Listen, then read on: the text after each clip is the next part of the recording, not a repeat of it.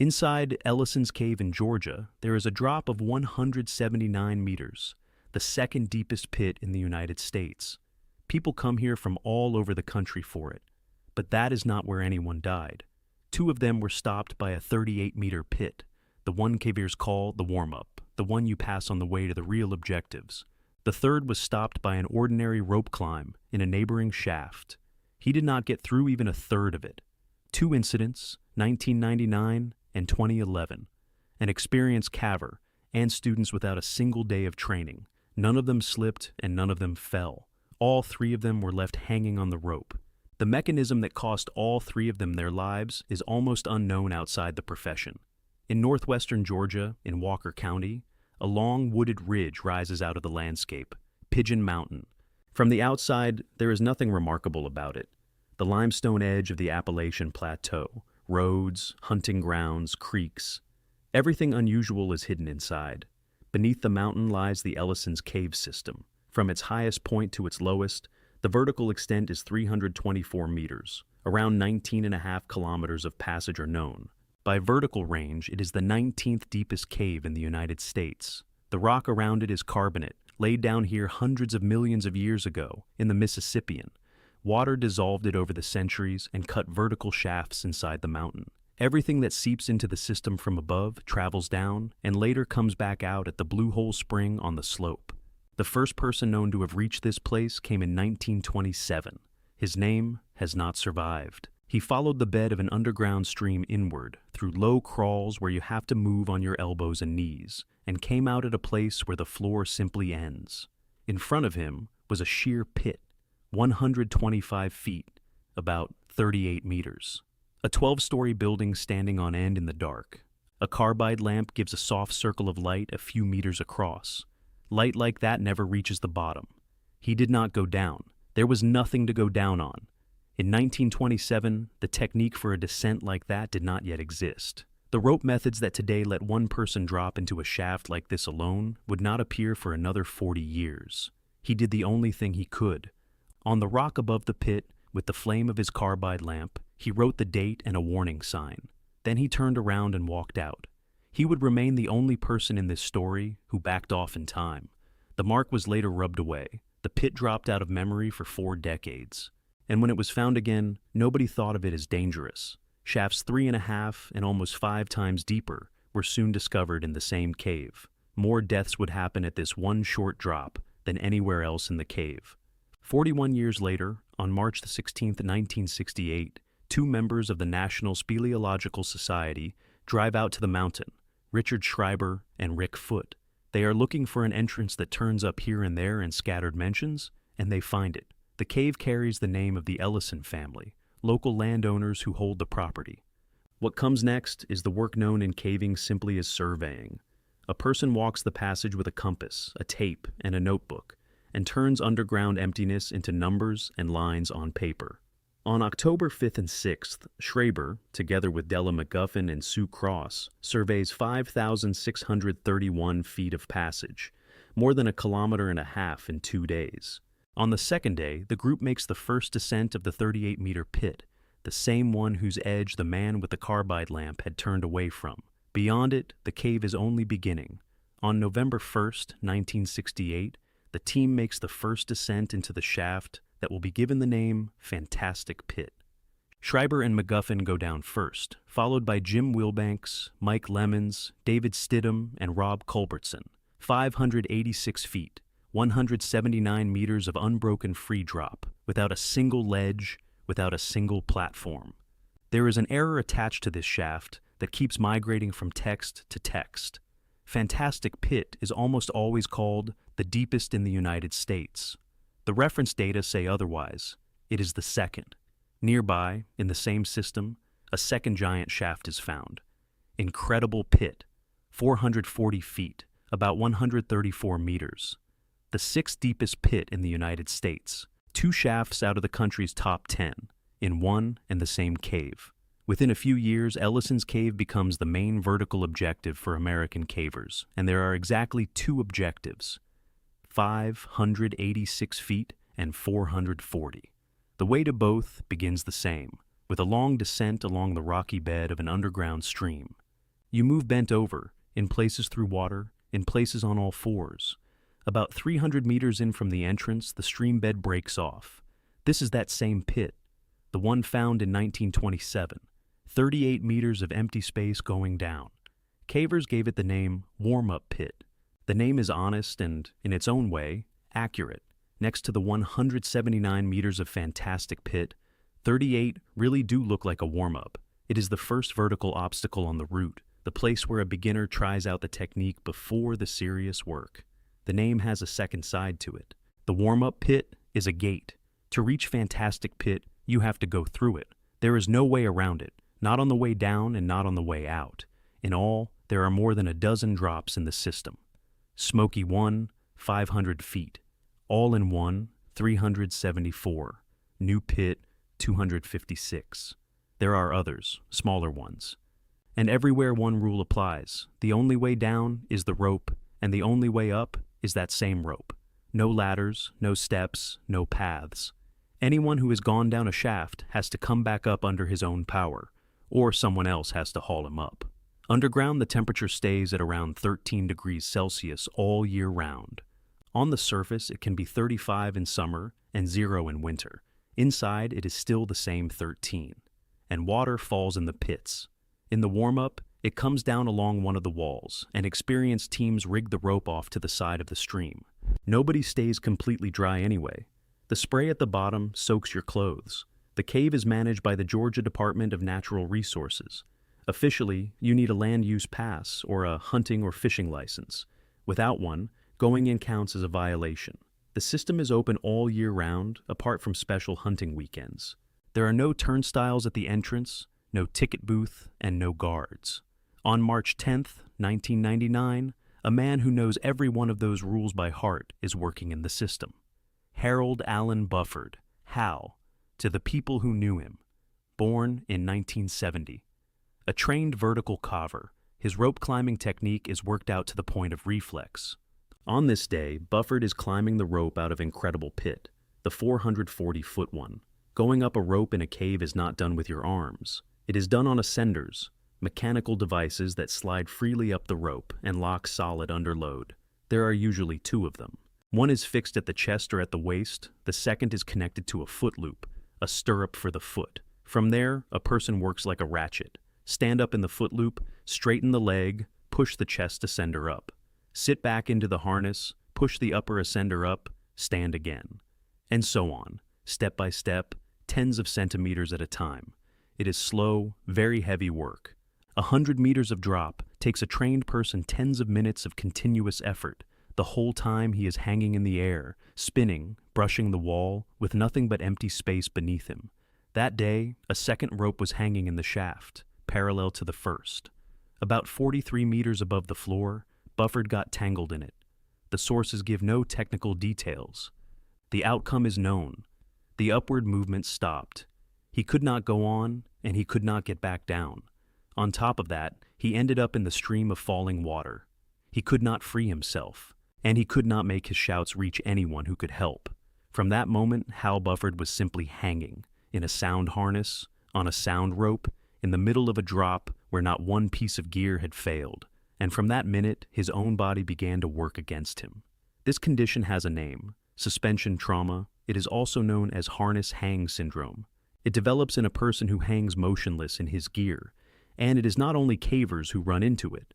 The same thing happens to rope access workers, to rescuers, and to riggers. The mechanism is simple, and that is exactly where the danger lies. When a person stands or walks, the muscles of the legs work like a pump. Every contraction of the calf pushes the venous flow upward, toward the heart. We never notice it, but without that pump, circulation cannot hold up in an upright position. Now take the movement away. The person hangs in the harness, legs dangling freely, muscles idle. The pump is switched off. Under gravity, the blood pools in the veins of the legs and stays there. By some estimates, up to a fifth of the entire circulating volume can get stuck in the lower limbs. The harness adds something of its own. Its leg loops press on the thighs exactly where the large veins run, and the longer a person hangs, the more they get in the way of blood returning upward. The heart responds the only way it knows how. It speeds up, trying to make up the shortfall. For a while that works, Then it stops working. Less and less blood reaches the brain, and at some point, the body flips into the opposite reaction. The rhythm slows sharply, blood pressure falls, and the person faints. Losing consciousness lying down and losing consciousness in a harness are completely different things. Fainting on the ground is a protective mechanism. A person drops, the body ends up horizontal. Circulation evens out, and he comes to. Fainting in a harness gives no such chance. There is nowhere to fall. The body stays upright, the legs stay below, and the person stops moving altogether. The circle closes on itself. Stillness deepens the pooling deepens the faint, and the faint makes the stillness complete. And if nobody breaks that circle from the outside, it runs all the way to the end. The brain goes longer and longer without the blood flow it needs, and with it, without oxygen. And with no help from outside, it ends in death, on the very rope that is holding him. There is one key condition here: stillness. As long as a person keeps moving, steps in the foot loop, pushes off the wall with his legs, pulls with his arms, the muscle pump keeps working, and the time stretches out. The countdown starts at exactly the minute when there is nothing left to move with and nowhere left to move. The warning signs are known: weakness, nausea, dizziness, vision going dark, numbness in the legs, shortness of breath, cold sweat. They can appear within a few minutes, but more often after 20 minutes of free hanging. But the main point is a different one. From there, a person will not save himself. Someone is needed who can get him off the rope. In Ellison's cave, a second mechanism is added to this one, and it works faster still. Water pulls heat out of the body, roughly 25 times faster than air. 13 degrees in air is cool. In a sweater and a jacket, a person will spend a whole day like that with no consequences. 13 degrees in a stream of water is an entirely different matter. Wet clothing on its own speeds up heat loss many times over, and running water carries it away without a break. From there, the two mechanisms start driving each other on. Cold takes away strength and coordination before a person notices it. The fingers stop obeying, movements become imprecise, then slow, then almost stop. And stillness is exactly the condition under which the venous pooling starts. Someone who is losing heat moves less and less, and the suspension trauma comes all the sooner. Hal Bufford was found dead. The cause was given as hypothermia and suspension trauma. In the caving records, the wording is cautious, a possible combination of the two causes. There is no separating them after the fact, and nobody tries. The incident review set down 2 points. First, entanglement in the second, parallel rope. Second, the impossibility of calling for help in a way that would be heard. One more detail: he did not die from a fall or from a failure of his gear. He died because he stopped moving. He was trained and he knew the technique. That did not save him. The mechanism that went to work that day does not tell a beginner from a veteran. 12 years later, on a winter Saturday morning, a group of students drives up to the same mountain. February 12th, 2011. Young people from the University of Florida, up from Gainesville, go into the cave. It is a university club outing, an ordinary weekend trip. There were 10 people in the group in all. Not one of them had any caving experience. 2 of that group we know by name: Grant Lockenbach, 20 years old, from D-Land. An upperclassman studying sociology, enrolled in the university's officer training program. Michael Pyrie, 18 years old, from Oviedo. A freshman studying marketing on the dean's list, and the bass drummer in the university band. Ordinary students who had come out to see the best-known cave in the state. For the whole group, they had 1 harness and 1 set of ascenders. Those ascenders had no foot loops and no safety lanyards. There is nowhere to put a foot, which means the climbing cycle never starts at all. Not difficult, impossible. They were planning to go down on belay devices for rock climbing. Devices like that are built for short, dry ropes and for belaying a partner from below. They are no good for a cave rope. It is longer and heavier, it is wet, and you have to go down it alone, with nobody holding the other end. One of the young men had no helmet, no headlamp, no source of light of any kind.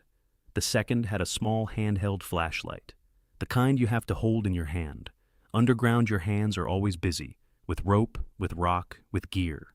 Nothing broke, and there were no fatal coincidences. Everything that would happen next was already decided up on the surface, in what the group brought with them to the pit. Inside, they went the same way as everyone who comes here. bent over, across wet rock, downward. They reach the place where the stream bed breaks off, the lip of the warm-up pit.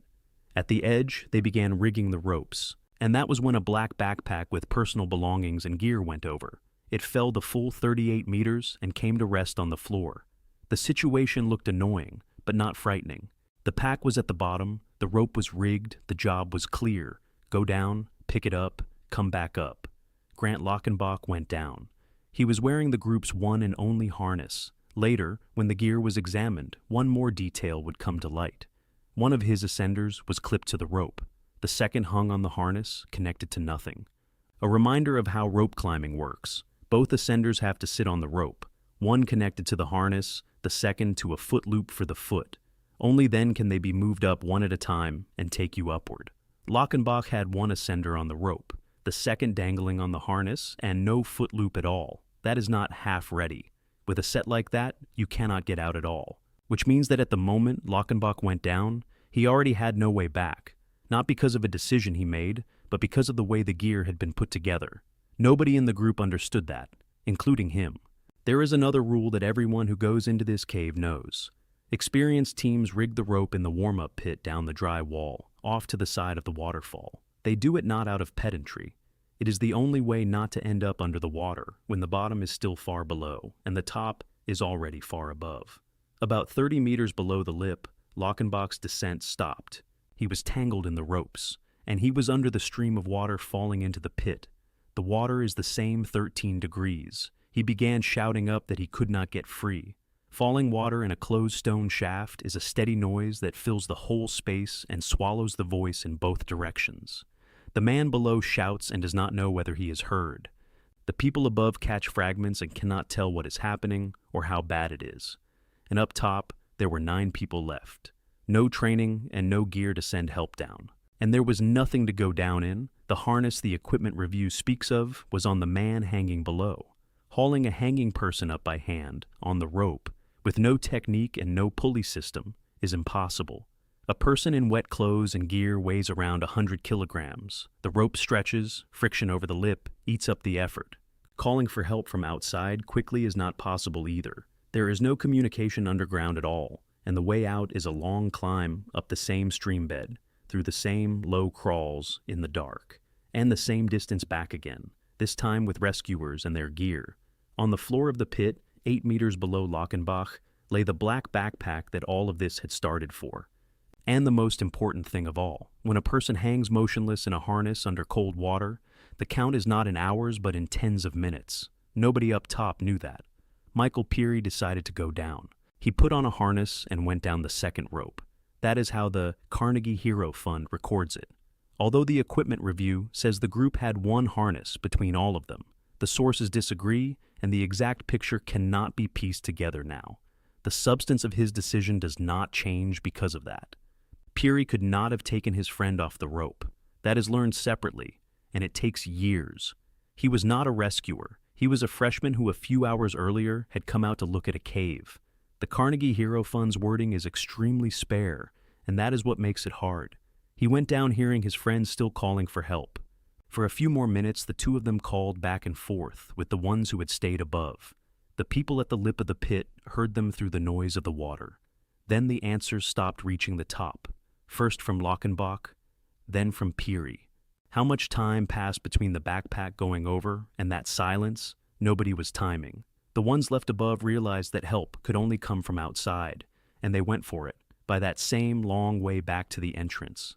When rescuers came down into the pit, they found them both on one of the ropes, in the spray of the waterfall. Not on the floor, and not near the edge, about 30 meters below the lip, in a shaft 38 meters deep. The cause of death for both was given as harness hang syndrome and hypothermia, the same mechanism as with Hal Bufford. The gear held, the ropes held. Both of them were left hanging on them, and that was precisely what proved fatal. There is only one difference between them. Lockenbach went down for a thing. Peary went down for a person. Word of the accident brought out the Walker County Rescue Services. It did not travel by phone. There is no signal in the system. The news that 2 people were in the pit made its way to the surface on foot. From the outside, the numbers that follow look strange. 30 meters below the lip, 300 meters from the entrance. By the standards of Ellison's cave, that is nothing. Bringing the two men up took more than 8 hours. The figure comes from the Associated Press, citing County Sheriff Steve Wilson. Some publications give more than a full day. The time is counted in different ways, from the call, from the arrival, or from the start of the work in the pit. Why it took so long. The rescuers had to work in a shaft where the ropes had already been rigged wrongly, not down the drywall, but in the water. You cannot simply clip onto somebody else's rigging. First you have to get down yourself, set your own anchors, secure yourself, protect your own people, and only then start the work. All of it in constant spray, at 13 degrees in the dark, with equipment that has to be lowered down piece by piece. Georgia is no exception here. According to the National Speleological Society, between 1980 and 2008, 877 underground incidents were documented in the United States, in which 81 people died. In 54% of the cases, the main problem was one and the same. The person could not get out on his own. Not a collapse, not a fall, not a lost route. A person stuck where he was, who had to be brought out. In those days, the sheriff gave hypothermia as the cause of death. Suspension trauma would be spoken of later, once the accident was reviewed. The caving community's review of the accident produced a conclusion that is hard to read. The tragedy was entirely preventable. The cause was given as a lack of knowledge, of the most basic kind, rope technique and the rules for working on rope. The cave had nothing to do with it, point by point then. Not in order to put anyone on trial. These points are what the whole story is made of. First, one harness for the whole group. That meant nobody had the technical means to help the man who was stuck, regardless of willingness, courage, or physical shape. Second, ascenders with no foot loops and no safety lanyards, a set that looks like equipment and does not work like equipment. Third, rock climbing belay devices instead of caving rappel devices, built for a different rope and a different kind of work. Fourth, light. One of them had none at all. The other had a handheld flashlight that takes up a hand which is always needed for something else. Underground, with no light, a person can do nothing. Fifth, the rigging. In the water, against the way this pit had been descended for more than 40 years. And sixth, possibly the main one. Lockenbach had far less time left than the people above thought. That knowledge is part of the training they did not have. Not one of these points on its own would have been fatal.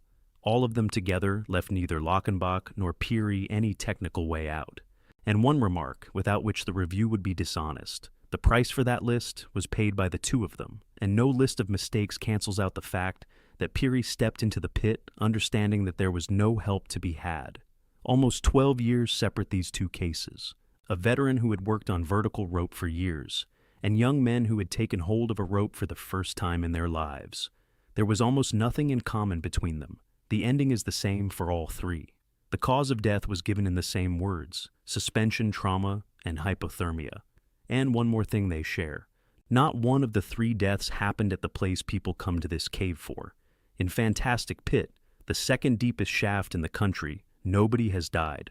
Bufford died in the incredible pit shaft, but not at the bottom and not in a fall. He was left hanging 43 meters above the floor, having climbed less than a third of the way. Lockenbach and Peary died in the warm-up pit, in the shortest drop on the entire route, the one people go past without looking. In June 2013, the Carnegie Hero Fund added Michael Peary to the list of those awarded its medal for civilian heroism. In November of that same year, the medal was presented to his parents. Representatives of the commission came to a university concert to do it. The university set up a scholarship fund in his name. Nobody closed the cave, though. In May 2013, it took 21 hours to bring out a caver who had fallen there. 106 people took part in the operation, 71 of them working underground. And doctors still argue about the part suspension trauma itself plays in cases like these. Some researchers hold that its significance has been overstated. But there is one thing nobody argues about. Whoever has come to a stop on a rope does not have much time, and that is something you need to know before you find yourself on one.